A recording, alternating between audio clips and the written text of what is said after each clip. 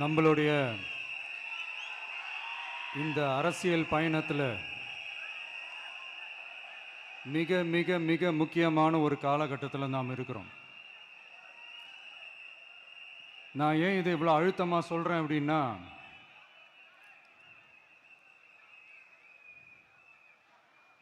ஏதோ அழுத்தம் இருக்குமோன்னு நினைக்கிறீங்களோ? அழுத்தமா? நமக்கா?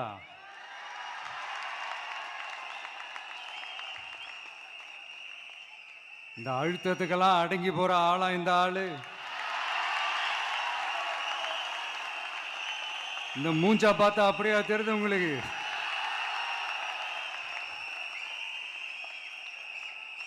அதனால அப்படியெல்லாம் நடக்காது. அதுவும் முக்கியமா நம்ம கிட்ட அதெல்லாம் நடக்கவே நடக்காது.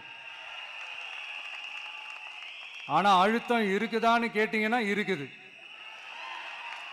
அது நான் இல்லைன்னு சொல்ல வரல. நமக்கு இல்ல, மக்களுக்கு. தமிழ்நாட்டை இதுக்கு முன்னாடி ஆண்டவங்களும் சரி பாஜகவுக்கு அடிமையாக தான் இருந்திருக்கிறாங்க. ஸோ அவங்கள நம்பியும் ஒரு பிரயோஜனமும் இல்லை. இப்போ ஆண்டுகிட்டு இருக்கிற இந்த திமுக அரசாச்சும் நமக்கு ஏதாவது செய்வாங்கன்னு பார்த்தா இவங்களும் அவங்கள மாதிரியே தான். இன்னும் சொல்ல போனால் ஒரு படி மேலே, இன்னும் மோசம். அவங்களாச்சும் நேரடியா சரண்டர் ஆகி இருப்பாங்க, இவங்க மறைமுகமா சரண்டர் ஆகி இருக்கிறாங்க. அவ்வளவுதான் வித்தியாசம்.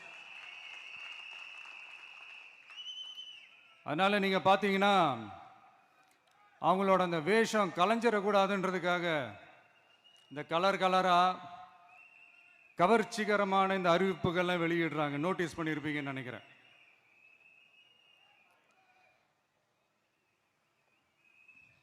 அதனால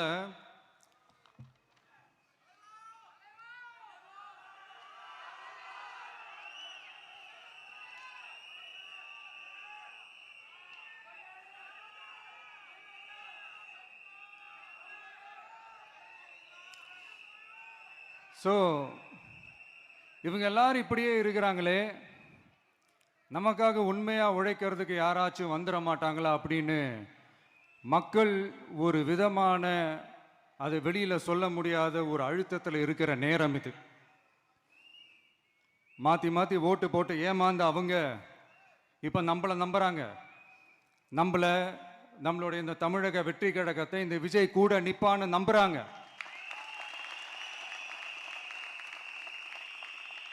நம்மளை நம்புறவங்களுக்காக நாம நம்பிக்கையோடு இருக்கணும்ல. அப்படின்னா இது முக்கியமான, மிக மிக மிக முக்கியமான ஒரு காலகட்டம் தானே. அதனாலதான் அவ்வளவு அழுத்தமா நான் சொன்னேன். இந்த தேர்தல், இந்த கூட்டணி, இதெல்லாம் பத்தி நிறைய இந்த ஹேஷியங்கள் ஜோஷியங்கள் எல்லாம் நடந்துகிட்டு இருக்கு இல்லையா? என்னப்பா இந்த விஜய் இப்பதான் வந்திருக்கிறாரு, இவரு கூடலாம் யார் வரப்போறா, அவங்க வரமாட்டாங்க, இவங்க வரமாட்டாங்க, அப்படி இப்படின்ட்டு நம்மளை பற்றி ஒரு அண்டர் எஸ்டிமேட் பண்ணிட்டு இருக்காங்கல்ல. அதுனா நமக்கு புதுசா என்ன? 30 வருஷமா நம்மளை அண்டர் எஸ்டிமேட் பண்ணிட்டு தான் இருக்கிறாங்க. ஆனால் மக்கள் கரெக்டாக நம்மளை எஸ்டிமேட் பண்ணி ரொம்ப அழகா, ரொம்ப அக்கறையா, ரொம்ப தெளிவா, ரொம்ப தீர்க்கமா நமக்குன்னு ஒரு இடத்த கொடுத்துருக்குறாங்கல்ல. எப்படி? என் கேரியரின் உச்சமான ஒரு இடத்த கொடுத்துருக்குறாங்கல்ல.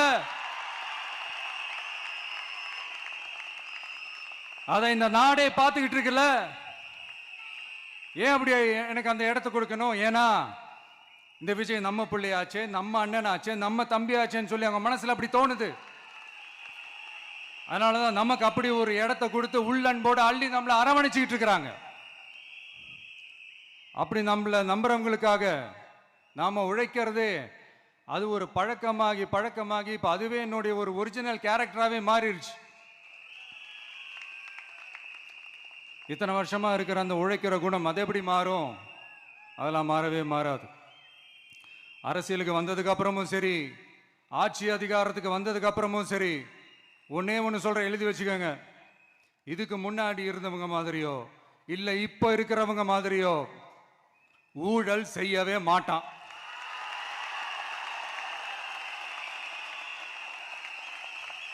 ஒரு பைசா தொட மாட்டான். எனக்கு அது அவசியமே இல்லை. புரியுதுங்களா உங்களுக்கு? எனக்கு அதை தொட வேண்டிய அவசியமே இல்லை.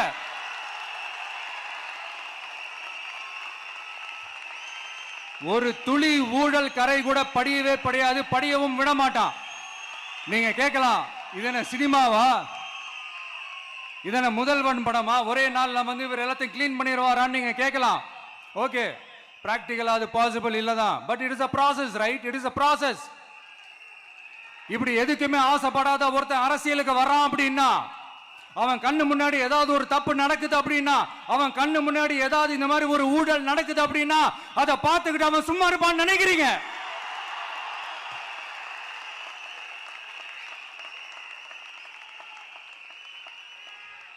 அதனால இந்த தீய சக்தியா இருக்கட்டும், இந்த ஊழல் சக்தியா இருக்கட்டும், ரெண்டு பேரும் தமிழ்நாட்டை ஆண்டவை கூடாது. அப்படிப்பட்ட இந்த கட்சிகளை உண்மையா தில்லா எதிர்க்கிற அந்த கட்ஸும் கெத்தும் நம்ம கிட்ட மட்டும்தான் இருக்கு.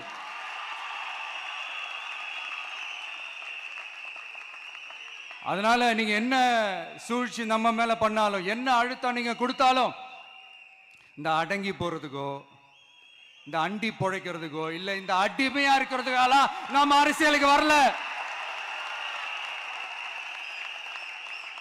என் மண்ணுக்கும் மக்களுக்கும் யார் என்ன தீங்கு செஞ்சாலும் அதை எதிர்த்து அவங்க கிட்ட இருந்து நம்ம மக்களை பாதுகாக்கிறதுக்காக தான் நம்ம அரசியலுக்கே வந்திருக்கிறோம். அண்ட் முக்கியமா தோழர்களே, மக்களுக்கு என் மேல மட்டும் நம்பிக்கை இருந்தா அது பத்தாது. என் கூட டிராவல் பண்ற என்னோட எல்லா தோழர்கள்கிட்ட அந்த நம்பிக்கை வரணும்.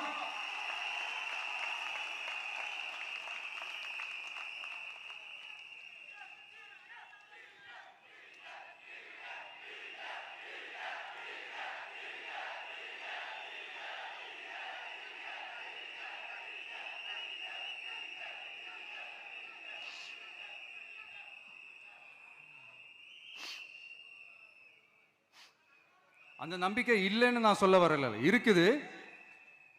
ஆனா அதை தொடர்ந்து இருக்கிற மாதிரி நீங்க எல்லாம் நடந்துக்கணும். தப்பு பண்ண யாரா இருந்தாலும் தப்பிக்கவே முடியாதுன்ற அந்த ஒரு பயம் இருக்கணும். எல்லாரும் உங்களை தான் கேட்கிறேன், எல்லாரும் உண்மையா உழைப்பீங்கல்ல?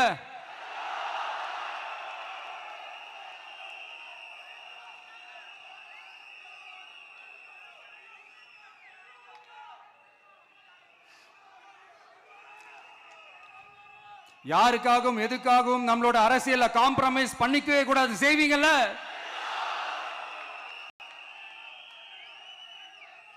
அண்ட் தயவு செஞ்சு எல்லாரும் கொஞ்சம் ஒற்றுமையா இருந்து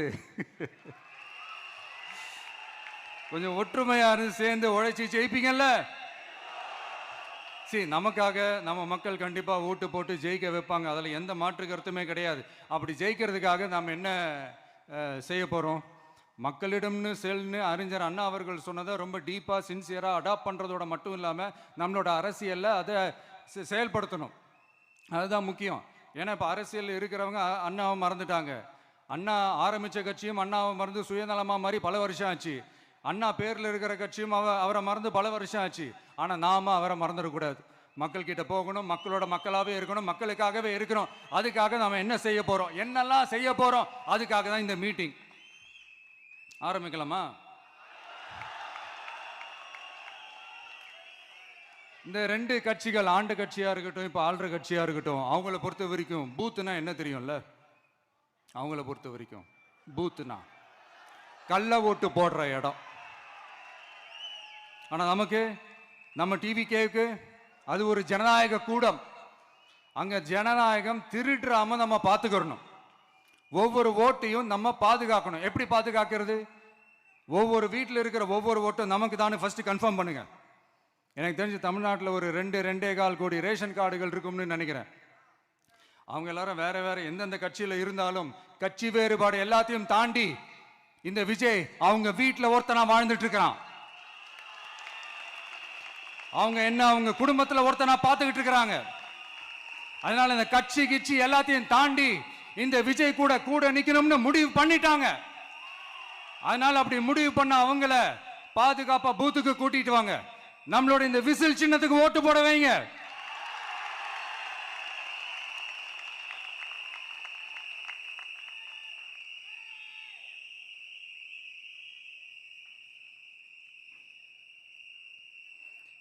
ஒன்றியம், நகரம், பேரூர், பகுதி, கிளைன்னு இங்க வந்திருக்கிற நம்மள எல்லார் நிர்வாகிகளும் தான் நம்ம கட்சியினுடைய ஆணி வேர்.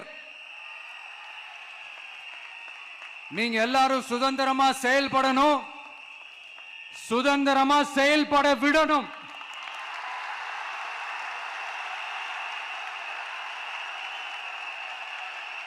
நீங்க ஒவ்வொருத்தரும் எனக்கு முக்கியம்.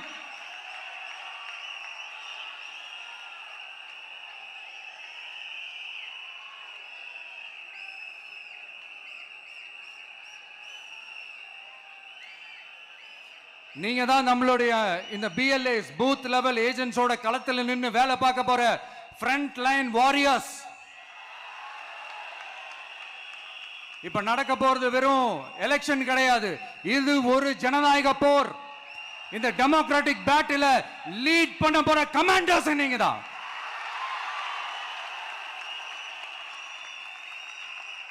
நான் ஏன் இது எவ்வளவு ஸ்ட்ரெஸ் பண்ணி சொல்றேன் அப்படின்னா, இந்த தீய சக்தி எப்படி, இந்த தீய சக்தியோட தில்லு முள்ளுலாம் உங்களுக்கே நல்லா தெரியும். முழிச்சிட்டு இருக்கும் போது முழியை தோண்டி எடுத்துட்டு போற கூட்டம். அதனால கொஞ்சம் ஜாக்கிரதையா இருக்கணும். நம்ம எலெக்ஷனுக்கு இன்னும் 3 மாசம் தான் இருக்குது, அவ்வளவு கூட இல்லைன்னு நினைக்கிறேன். இந்த 3 மாசத்துல நீங்க செய்ய போற அந்த களப்பணியில தான் நம்மளுடைய வெற்றியே இருக்குது. உங்களுக்கு இந்த விஜய் பிடிக்கும்ன்றது உண்மைனா, சத்தியம்னா, உங்களோட உழைப்புல அதை காட்டுங்க. அப்புறம் நாங்க அறிவிக்க போற வேட்பாளர்களுக்கு நீங்க உங்களுடைய முழு ஒத்துழைப்பை நீங்க கொடுக்கணும். கொடுப்பீங்க தானே?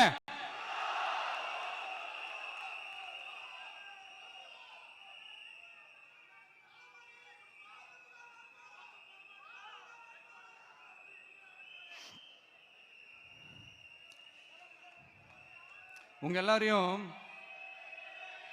ஒரு எனர்ஜைஸ் பண்ற மாதிரி உண்மையா நடந்த ஒரு கதை ஒன்று சொல்றேன்.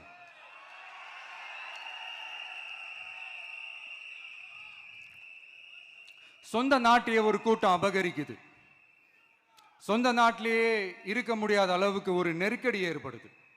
ஸோ வேற வழி இல்லாமல் அந்த நாட்டை விட்டே வெளியே போய் வேற ஒரு இடத்துக்கு போய் காடு மலை அப்படி இப்படின்னு சுற்றி மறைஞ்சு வாழ வேண்டிய ஒரு சூழ்நிலை ஏற்படுது.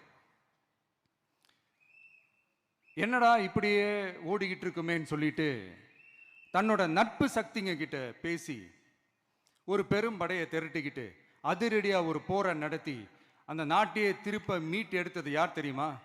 நம்ம கொள்கை தலைவர்களை ஒருத்தரான ராணி வேலு நாச்சியார் அவர்கள் தான். அவங்களுக்கு அந்த நட்பு சக்தியா கூட இருந்து உழைச்சது சின்ன மருது, பெரிய மருது, சையது, கார்கின்னு சொல்லிட்டு அந்த 3 பேரும் தான். ஆங்கிலேயர் படை, ஆற்காட்டு படை மாதிரி அந்த 2 பெரும் படையை அடிச்சு துவம்சம் பண்ணிட்டு அந்த நாட்டையை திருப்பி மீட்டு எடுத்தது வேலு நாச்சியார். அன்னைக்கு இருந்த ஆங்கிலேயர் படை, ஆற்காட்டு படை மாதிரி இன்னைக்கு என்னென்ன படை இருக்குதுன்னு உங்க எல்லாருக்குமே நல்லா தெரியும். அதனால அந்த 2 படை மட்டும் இல்ல, இன்னும் எத்தனை படை வந்தாலும் எதிர்த்து நின்று ஃபேஸ் பண்றதுக்கு ஒரு நல்ல தலைமையும் இத்தனை சக்திகள் என் கூட இருக்கும் போது, இத்தனை சின்ன மருது, இத்தனை பெரிய மருது, இத்தனை சையது, கார்கிகள் என் கூட இருக்கும் போது நம்ம நாட்டை நம்மளால மீட்டெடுக்க முடியாதான?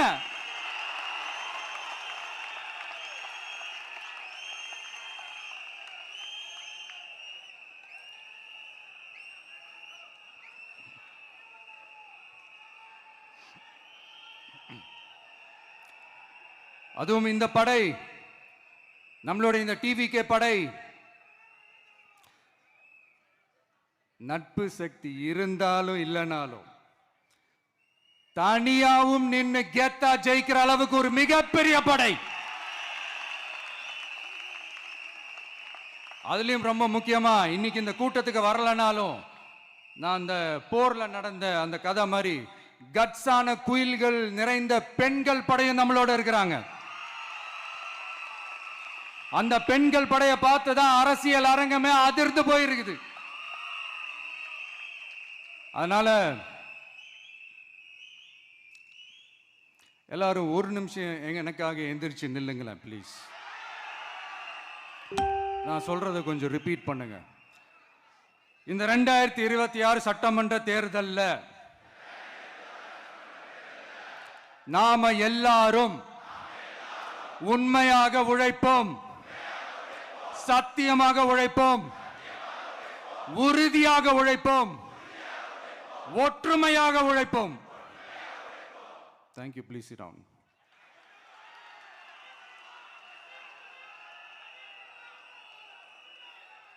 உங்களோட இந்த வார்த்தையை நான் மனப்பூர்வமா நம்புறேன். நான் ஏற்கனவே சொன்ன மாதிரி இந்த வரப்போற தேர்தல் இதுவரைக்கும் தமிழ்நாடு பார்த்திராத ஒரு வித்தியாசமான தேர்தல். நம்மளுடைய படை வரிசையும் அப்படிதான், ஒரு பவர் பேக்ட் ஃபோர்ஸ்.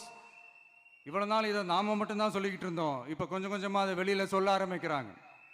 என்னடா இந்த விஜய் கூட இருக்கிற ஃபோர்ஸை பார்த்தா சாதாரண ஃபோர்ஸ் மாதிரி தெரியல, மிலிட்ரியோட பெரிய ஃபோர்ஸா இருக்குது, வரப்போற எலெக்ஷனை கணிக்கவே முடியல, அப்படி இப்படின்னு சில குரல்கள்லாம் கேட்க ஆரம்பிக்குது.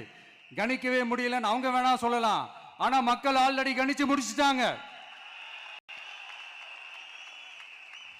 அவங்க மனசை நல்லா புரிஞ்சு வச்சிருக்கிற நமக்கு அது நல்லாவே தெரியும். அதனால இந்த எலெக்ஷன் ரிசல்ட்டுக்கு அப்புறம் இந்த தீய சக்தி கிட்ட இருந்தோம், இந்த ஊழல்வாத அடிமை சக்தி கிட்ட இருந்தோம், தமிழ்நாட்டை மீட்டுட்டோம்னு உறுதியா அறிவிப்போம். அதுல என்ன மாற்று கருத்து கிடையாது. அதனால என் நெஞ்சில் குடியிருக்கும் தோழர்களே, தோழிகளே, உங்களோட நான் இருக்கேன், நம்மளோட நம்ம மக்கள் இருக்கிறாங்க. இதுக்கு மேல என்ன வேணும்? கான்பிடண்டா இருங்க, நல்லதே நடக்கும், வெற்றி நிச்சயம். மீண்டும் சந்திக்கும் வரை நன்றி, வணக்கம்.